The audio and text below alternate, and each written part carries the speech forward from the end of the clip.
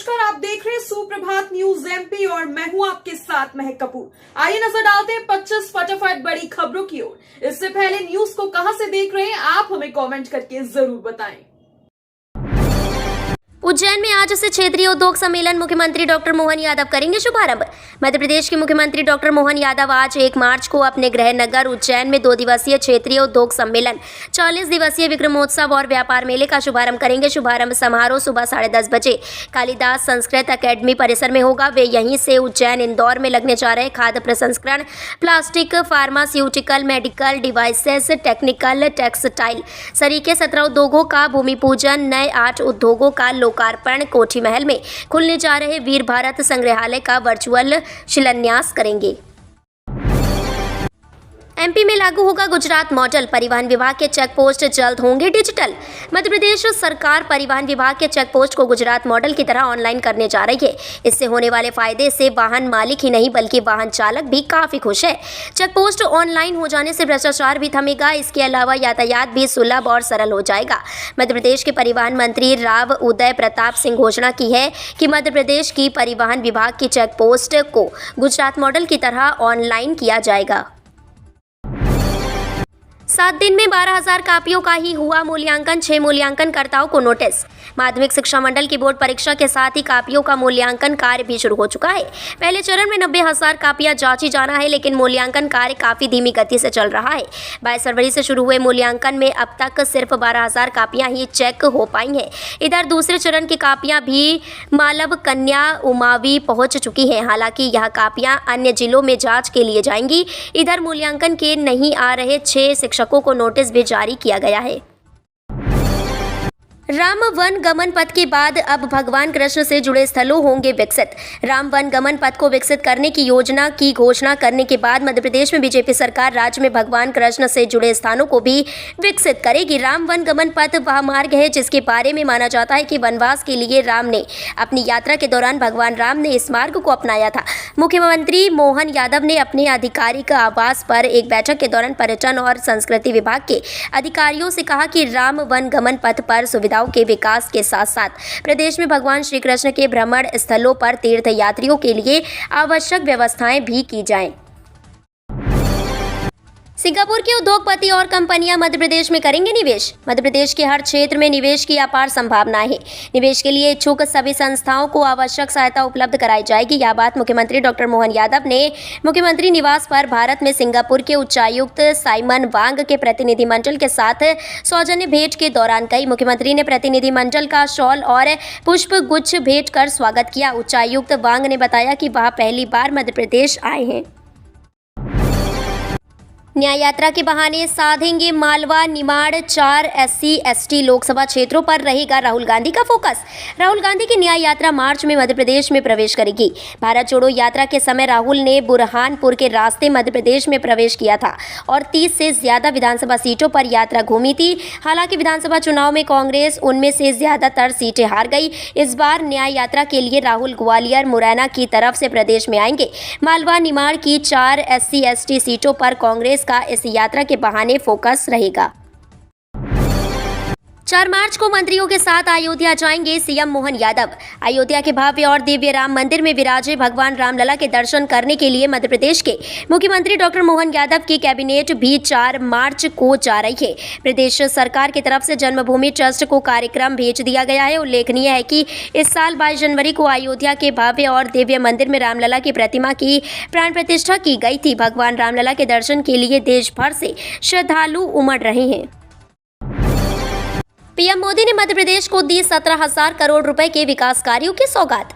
विकसित भारत विकसित मध्य प्रदेश कार्यक्रम में प्रधानमंत्री नरेंद्र मोदी ने लगभग 17,000 करोड़ रुपए की विकास परियोजनाओं का लोकार्पण और शिलान्यास किया है। प्रधानमंत्री नरेंद्र मोदी अपने भाषण की शुरुआत डिंडौरी सड़क हादसे पर संवेदनाएं व्यक्त करते हुए की। उन्होंने कहा कि दुख की इस घड़ी में मैं पीड़ित परिवारों के साथ हूँ। पीएम मोदी ने कहा कि आज से एमपी में विक्रम उत्सव शुरू होने वाला है।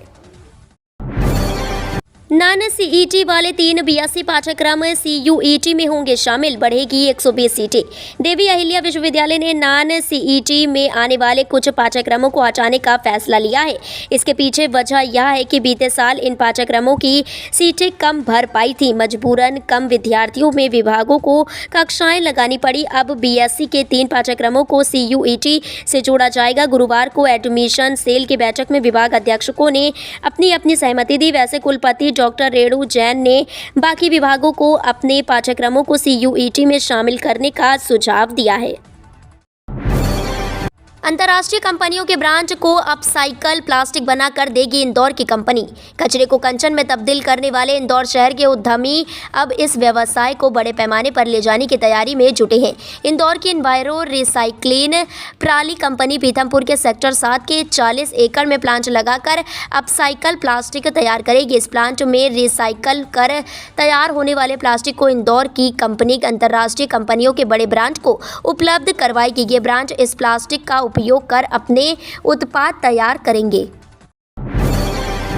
अब खंडवा से आई फसल खराब होने की तस्वीर, किसानों को सर्वे अधिकारियों का इंतजार।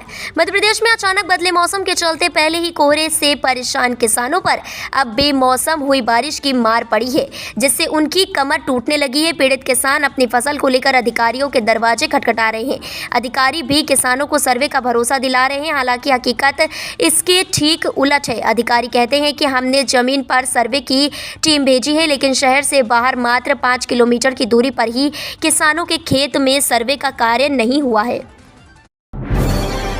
7 लोकसभा सीटों को कवर करेगी भारत जोड़ो न्याय यात्रा। कांग्रेस के राष्ट्रीय नेता राहुल गांधी द्वारा निकाली जा रही न्याय यात्रा के मध्य प्रदेश में प्रवेश में महज 2 दिन ही शेष बचे हैं। राहुल गांधी की न्याय यात्रा को लेकर मध्य प्रदेश कांग्रेस बड़े स्तर से तैयारियां कर रही है। राहुल गांधी की न्याय यात्रा मध्य प्रदेश में 698 किलोमीटर का सफर तय करेगी। इस दौरान 7 लोकसभा सीट, 9 जिले और 54 विधानसभा क्षेत्रों को कवर करेगी। आगामी लोकसभा चुनाव को देखते हुए मध्य प्रदेश कांग्रेस राहुल गांधी की यात्रा को महत्वपूर्ण मान रही है। राहुल गांधी की न्याय यात्रा प्रदेश में 7 लोकसभा सीटों को कवर करेगी। प्रदेश के पर्यटन स्थल तक हवाई सेवा सप्ताह में 4 दिन उड़ाने अनिवार्य। पर्यटन विभाग के राज्य के भीतर हवाई सेवा के प्रस्ताव कैबिनेट ने मंजूरी दे दी है। इसमें सार्वजनिक निजी भागीदारी के तहत निजी ऑपरेटर के सहयोग से राज्य के भीतर विमानन सेवा का संचालन किया जाएगा। इसके लिए पर्यटन विभाग ने प्रारंभिक शर्तें बनाई हैं। हालांकि अभी रूट का चयन और किराया का निर्धारण होना बाकी है। अधिकारियों के अनुसार प्रदेश में राज्य के अंदर हवाई सेवा शुरू करने के लिए निजी ऑपरेटरों से ऑनलाइन निविदा आमंत्रित की जाएगी। इसकी शर्तों के अनुसार विमान डबल इंजन वाला और अधिकतम 20 सीटर होना अनिवार्य होगा। अर्थव्यवस्था के लिए खुशखबरी, तीसरी तिमाही में 8.4% रही जीडीपी ग्रोथ। केंद्र सरकार ने गुरुवार को चालू वित्त वर्ष की दिसंबर तिमाही में जीडीपी के आंकड़े जारी कर दिए, जो इस बात का सबूत है कि देश की अर्थव्यवस्था तेजी से बढ़ रही है। दरअसल तीसरी तिमाही में जीडीपी ग्रोथ 8.4% की दर से हुई। ये आंकड़े पूर्वानुमान से ज्यादा है। मैन्युफैक्चरिंग और सरकारी खर्च में बढ़ोतरी के बाद जीडीपी की रफ्तार में गति आई है। भारत दुनिया में सबसे तेजी से बढ़ती अर्थव्यवस्था है। इसकी तारीफ विश्व बैंक और IMF ने भी की है। रानी दुर्गावती विश्वविद्यालय ने 3 गुना तक बढ़ाया संबद्धता शुल्क। विद्यार्थी तनाव में, महाविद्यालयों की संबद्धता शुल्क को लेकर कॉलेज अब विद्यार्थियों पर दबाव बनाया जा रहा है। कॉलेजों द्वारा शुल्क जमा न करने के एवज में छात्रों पर अनावश्यक फीस जमा करने को लेकर दबाव बनाया जा रहा है, जिसे लेकर छात्र भी परेशान हैं। अखिल भारतीय विद्यार्थी परिषद इसे लेकर रानी दुर्गावती विश्वविद्यालय प्रशासन से शिकायत की गई। विश्वविद्यालय प्रशासन से स्थिति स्पष्ट करने की मांग की है। शहर में 1228 जगहों पर 8.9% तक महंगी हो सकती है प्रॉपर्टी। नवीन वित्तीय वर्ष 2024-25 में 1443 स्थानों पर संपत्ति 7.19% तक महंगी करने की तैयारी प्रशासन द्वारा कर ली गई है। दरअसल AIGIS सहित अन्य नई तकनीकों की मदद से वर्ष 2024-25 की प्रस्तावित कलेक्टर गाइडलाइन तैयार की गई है। इसको लेकर कलेक्ट्रेट में बुधवार को कलेक्टर कौशलेंद्र विक्रम सिंह की अध्यक्षता में जिला मूल्यांकन समिति की बैठक आयोजित की गई। चर्चा के बाद गाइडलाइन को आमजन के लिए उपलब्ध करा दिया गया है। आमजन 3 मार्च तक अपने दावे आपत्ति प्रस्तुत कर सकते हैं। इंदौर के खिलाड़ियों ने योगा चैंपियनशिप में रोशन किया नाम। इंदौर द्वितीय state level master योगासना sports championship 2024 Bhopal में संपन्न हुई। इसमें रिदमिक पावर योग के खिलाड़ियों ने इंदौर का परचम बुलंद किया। वर्ग सीनियर सी श्रेणी में कविता तिवारी ने गोल्ड मेडल जीता। इसी वर्ग में संगीता पतंगिया ने सिल्वर मेडल अपने नाम किया। वहीं 28 से 25 वर्ग में निशा चावड़ा ने गोल्ड अपने नाम किया। सभी को कोच डॉक्टर वरुण कुशवाहा और नितिन नागर ने बधाई दी। उन्होंने कहा कि यह जीत इंदौर के योगियों की कठिन मेहनत और लगन का परिणाम है। इंदौर के चारों जोन में जांच के लिए टीआई नियुक्त। एडिशनल डीसीपी एसीपी की जिम्मेदारी। बढ़ती वारदातों से परेशान पुलिस अफसरों ने मैदान संभाला है। थाना प्रभारियों के अलावा पुलिस लाइन के निरीक्षकों को जोन में उतारा है। 40-40 पुलिसकर्मियों के साथ 4 निरीक्षकों को नाकाबंदी, बैरिकेडिंग और जांच में ड्यूटी लगाई है। जांच की जिम्मेदारी एडिशनल डीसीपी और एसीपी को सौंपी गई है। लंदन विला डकैती कांड के बाद पुलिस आयुक्त राकेश गुप्ता खुद मैदान में उतरे। चारों जोन इंटेलिजेंस ट्रैफिक अपराध शाखा के डीसीपी को भी जांच में लगाया गया है। वीरेंद्र कुमार मिश्रा को दतिया एसपी की कमान। विजय कटारिया स्पेशल डीजी बने। भारतीय पुलिस सेवा के अधिकारी वीरेंद्र कुमार मिश्रा को दतिया जिले का पुलिस अधीक्षक पदस्थ किया गया है। 2012 बैच के आईपीएस अधिकारी हैं। मिश्रा वर्तमान में सहायक पुलिस महानिरीक्षक पीएचक्यू पदस्थ हैं। वहीं एडीजी प्रशासन पीएचक्यू विजय कटारिया को पदोन्नत कर स्पेशल डीजी प्रशासन पीएचक्यू पदस्थ किया है। भारतीय पुलिस सेवा के वरिष्ठ अधिकारी कटारिया 1990 बैच के अधिकारी हैं। भारतीय पुलिस सेवा वेतन मैट्रिक्स 16 में महानिदेशक के वेतनमान में पदोन्नति दी गई है। मुफ्त बिजली योजना मंजूर। 1 करोड़ परिवारों को सोलर पैनल लगवाने के लिए मिलेगी इतनी सब्सिडी। केंद्रीय मंत्रिमंडल ने पीएम सूर्य घर मुफ्त बिजली योजना को मंजूरी दे दी है। इससे 1 करोड़ परिवारों को 300 यूनिट बिजली का लाभ मिलेगा। इस योजना के तहत 75,021 करोड़ की लागत से 1 करोड़ घरों पर सोलर पैनल लगेगा। इसकी जानकारी देते हुए केंद्रीय मंत्री अनुराग ठाकुर ने कहा कि प्रधानमंत्री नरेंद्र मोदी के नेतृत्व में कैबिनेट की बैठक हुई। पीएम सूर्य घर मुफ्त बिजली योजना को मंजूरी दे दी गई है। 6 जिलों में बिजली गिरने, तेज आंधी का येलो अलर्ट। मध्य प्रदेश का मौसम फिर बदलने वाला है। अगले 48 घंटों में गरज चमक के साथ वज्रपात होने, तेज आंधी चलने की संभावना है। मौसम विभाग ने इसे देखते हुए प्रदेश के 6 जिलों में येलो अलर्ट जारी किया है। इसके अलावा आईएमडी ने 8 जिलों में बारिश या फिर गरज चमक के साथ बौछारें गिरने की संभावना जताई है। बिजली बिल में सुधार कराना नहीं होगा, आसान करना होगा ये काम।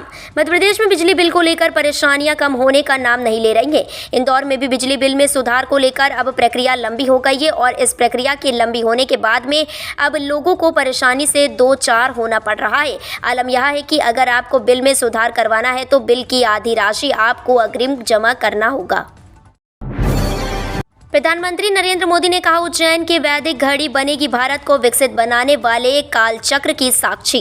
प्रधानमंत्री नरेंद्र मोदी ने गुरुवार को रिमोट का बटन दबाकर उज्जैन में स्थापित विश्व की पहली वैदिक घड़ी का वर्चुअली लोकार्पण किया।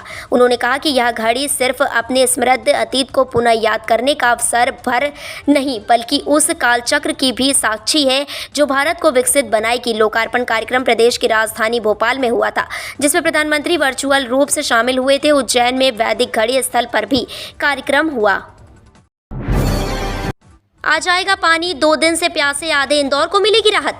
दिन से पीने के पानी के लिए तरस रहे आधे इंदौर को आज राहत मिलेगी। मंडलेश्वर के पास नर्मदा लाइन फेज 3 में हुआ लीकेज ठीक हो गया है। अब इससे शहर की 68 टंकियां भरी जाएंगी और कल सुबह तक सभी जगह नल आ जाएंगे। करीब 65 घंटे बाद लोगों को फिर से नलों से पानी मिलेगा।